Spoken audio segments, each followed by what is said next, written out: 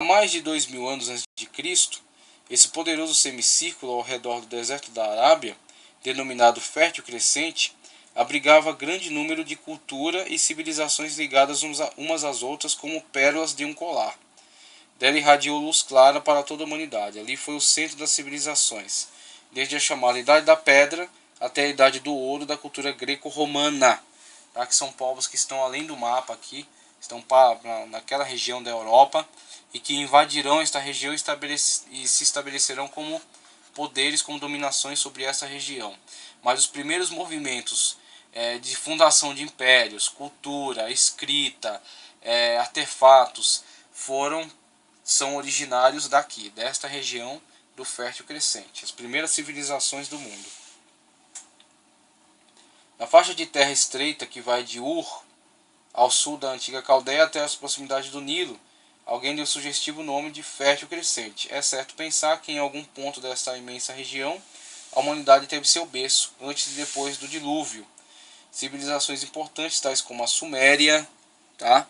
A Acádia central aqui da Mesopotâmia, a Aramita, que era na verdade uma tribo que era migratória, estabeleceu nessa região, aí nasceram. E daí saíram levando progresso para as outras partes da terra. Tigre, Eufrates no Oriente e no Ocidente, ligava-se por estradas reais que passavam por Harã, aqui ao norte, temos aqui o nome Harã, tá? Passavam ao norte por Harã, Alepo, onde hoje é o Líbano, tá? Harã, Alepo, Damasco, temos o nome aqui, mas é mais ou menos nessa região da Síria, Damasco, Jerusalém, tá? Que está aqui, não está nominada também, mas está como Salém, o nome antigo dela, tá? Jerusalém, e alcançavam o Egito, tá? As terras do Egito. Abraão cobriu esse trajeto e chegou ao rio Nilo. Caldeia, Assíria e Egito se tornaram potências. Essas potências disputavam em campo de batalha o domínio do mundo. Canaã estava no centro dessas potências entre a Mesopotâmia e o Egito. A terra de Canaã era uma passagem obrigatória tanto para assírio-caldeus quanto para egípcios. Sendo assim, Canaã se tornou o centro do fértil crescente. Terras disputadas pelas potências do mundo antigo. Por isso, o Antigo Testamento registra muitas vezes Israel sendo ameaçado pelos assírios, caldeus, recorrendo ao poder militar do Egito e vice-versa. Quando Nabopolassar, auxiliado por Siachares, rei dos persas, destruiu Nínive, então, Nabopolassar, a Babilônia, auxiliado pelo rei dos persas, Pérsia aqui nessa região, destruiu Nínive, a Síria, norte da Mesopotâmia, tá? Vamos ver qual a situação aqui narrada. Destruiu Nínive e sepultou o grande império assírio. Foi lançado à base do Império Caldeia, Império Caldaico, com a capital na Babilônia. Todas essas potências perseguiram Israel e atacaram o Egito, e o Egito revidou também com suas tropas. Então, qual é a situação narrada? É uma contextualização geral do quadro geográfico da região. Com isso, você vai entender o desenvolvimento da história dos hebreus e a intervenção desses povos na história dos hebreus. Então você tem que entender, primeiramente, você vê o movimento migratório de Abraão, que sai de Ur dos Caldeus e peregrinando pela terra, margeando Eufrates primeiramente, estabelecendo-se ao norte aqui em Harã, e depois, renovada a chamada, desce peregrinando para Canaã. Depois, peregrinando no Egito, volta a Canaã, estabelece-se na terra, e depois os seus descendentes descem para o Egito, onde se estabelecem, voltando depois com a libertação do povo, né, a passagem aqui no Sinai, o estabelecimento da lei, e aí a entrada na terra com a posse da terra agora. Agora sim a posse a partir da promessa que Deus havia feito a Abraão, agora a tomada da posse da terra. Só que quando Israel estabelece aqui na Palestina, veja, ele tem Egito desse lado aqui nessa região e tem a Mesopotâmia com os diversos impérios que estabeleceram. Então tem o Império Assírio ao norte, tem o Império Babilônico aqui. Nesta época o Império Sumério já havia caído, já havia desaparecido da terra, Então estabelece o império, ele chama o Império Caldaico, né, Império da Babilônia, e aqui mais esta região, o Império Persa, tá?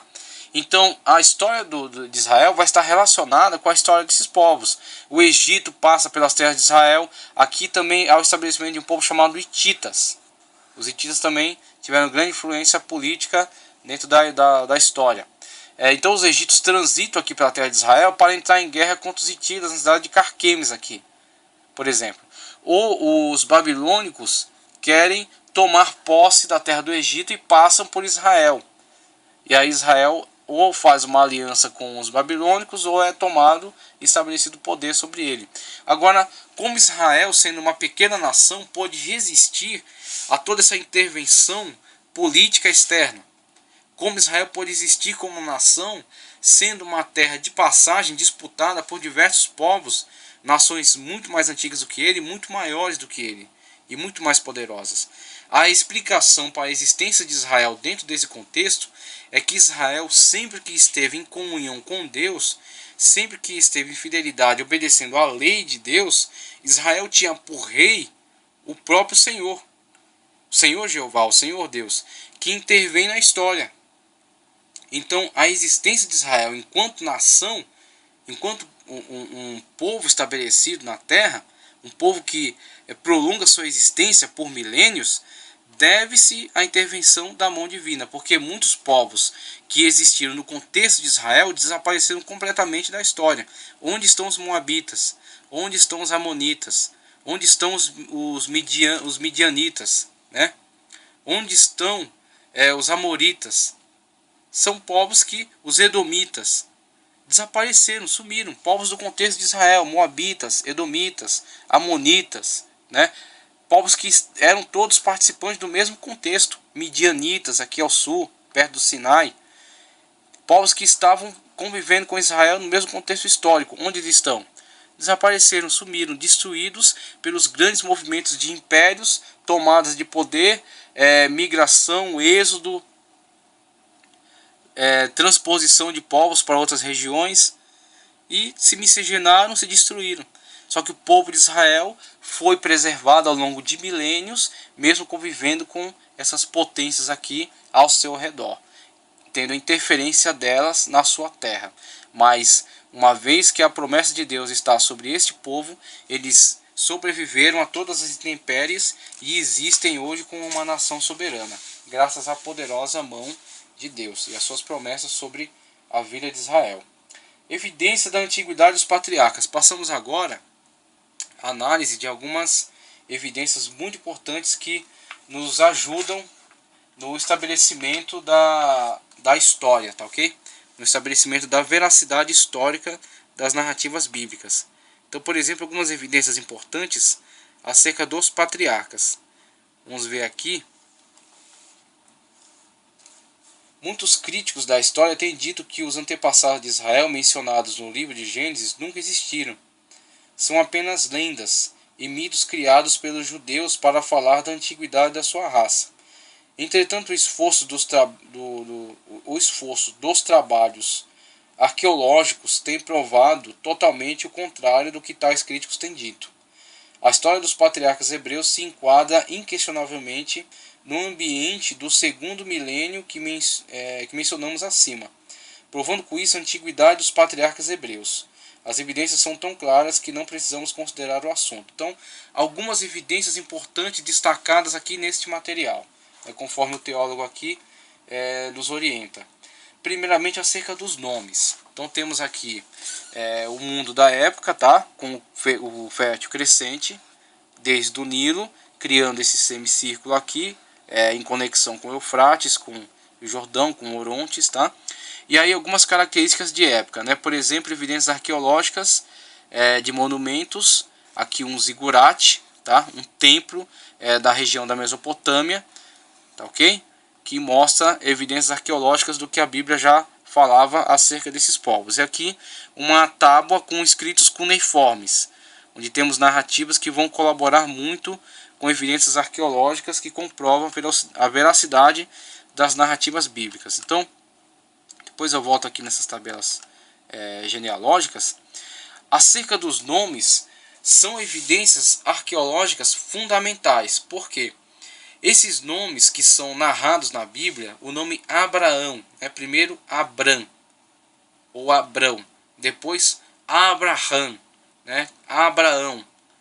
O nome é o mesmo nome, agora modificado no sentido de uma maior honraria, uma ampliação com maior honra, para o nome. Pai exaltado para pai de uma multidão, uma exaltação do mesmo nome de Abraão, uma mudança com um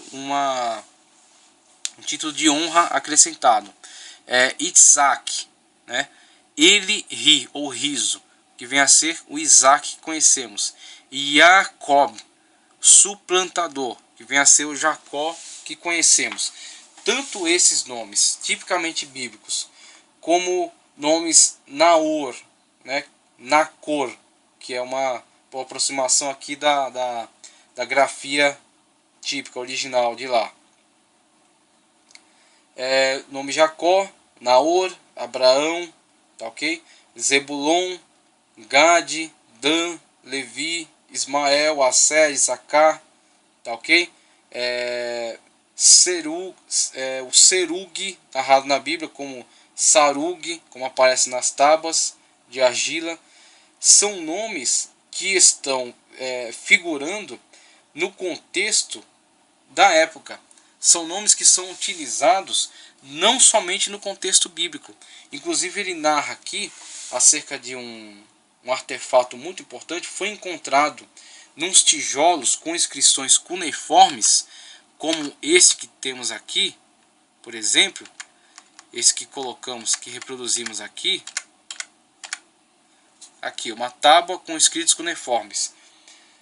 Foi encontrado nos tijolos com inscrições cuneiformes um contrato escrito em que Abraão alugava uma junta de bois e um pedaço de terra, se comprometendo a dar por isso uma importância de aluguel. Alguns críticos não admitem que o tal Abraão mencionado no contrato seja o Abraão bíblico. Seja ele quem for, o que importa é que o nome Abraão era usado na antiguidade para um homem e não para uma tribo, como querem alguns críticos. É claro que não queremos fazer prevalecer a ideia de que esses nomes se referem aos patriarcas bíblicos, mas prova que seus nomes eram bastante populares nos meados do século XX a.C. Isso é o suficiente para fazer prevalecer a ideia de que os patriarcas bíblicos existiram. Então, perceba qual é a importância dessa evidência. No século XVI, XVII, quando surgiram aí, dentre os movimentos do iluminismo, do iluminismo, renascimento, surgiram grandes figuras que passaram a desenvolver uma crítica primeiramente contra a Igreja Católica e em analogia contra a Bíblia, porque a crítica teve início contra a Igreja Católica e os seus abusos primeiro, com toda a severa dominação que estabelecia sobre tudo que era ciência, tudo que era governo, tudo que era política. Então a Igreja tinha tentáculos que se estabeleciam com poder sobre tudo. Então o primeiro movimento de libertação foi contra a Igreja, tá ok? Contra a Igreja.